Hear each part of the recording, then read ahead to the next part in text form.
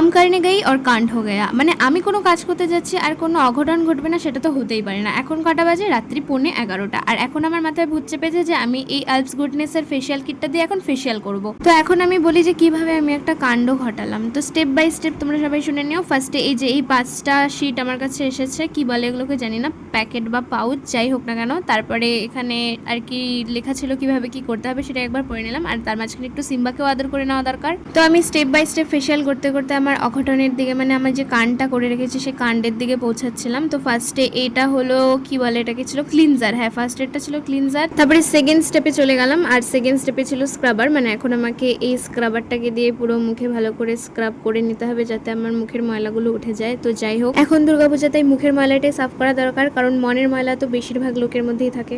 তো এখন তো সবকিছু লাগিয়ে নিলাম, আর তার মাঝখানে তো হাজারবার উঠেছি মুখ ধুতে আর হাত ধুতে। তো এখন এটা হলো টোনার, তো আমি এখন টোনার লাগাবো। আর এসব স্কিন কেয়ার যে কে আবিষ্কার করেছিল, কারণ আমার তো বেশিরভাগটাই মাথার উপর দিক দিয়েই যায়। তো এখন আমাকে চলে যেতে হবে 5 নাম্বার স্টেপে। তো সেখানে ছিল একটা ক্রিম যেটাকে ভালো করে 15 মিনিটের মতো তোমাকে মালিশ করে নিতে হবে মুখের মধ্যে। তো তারপরে একটা কটন দিয়ে ওটাকে উঠিয়ে নিতে হবে। আর লাস্টের যেটা 5 নাম্বার ছিল সেটা একটা মাড মাস্ক ছিল, যেটা দেওয়ার সঙ্গে সঙ্গে আমার মুখে প্রচণ্ড জ্বালা হচ্ছিল, তাই আমি কোনো রিস্ক না নিয়ে সঙ্গে সঙ্গে জল দিয়ে ধুয়ে ফেলি। আমি কিন্তু সব স্টেপ বাই স্টেপ করেছি, কিন্তু তাও আমার মুখে একটু জ্বালাতনা করছিল। যাই হোক, কারণটা জেনে থাকলে তোমরা আমাকে কমেন্টে জানিও। তারপরে মুখ ধুয়ে আমি ময়শ্চারাইজার লাগিয়ে নিলাম, যেটা আমি রেগুলার লাগাই। তো আজকে আমার ততটুকুই, দেখা হচ্ছে পরের কাণ্ডে।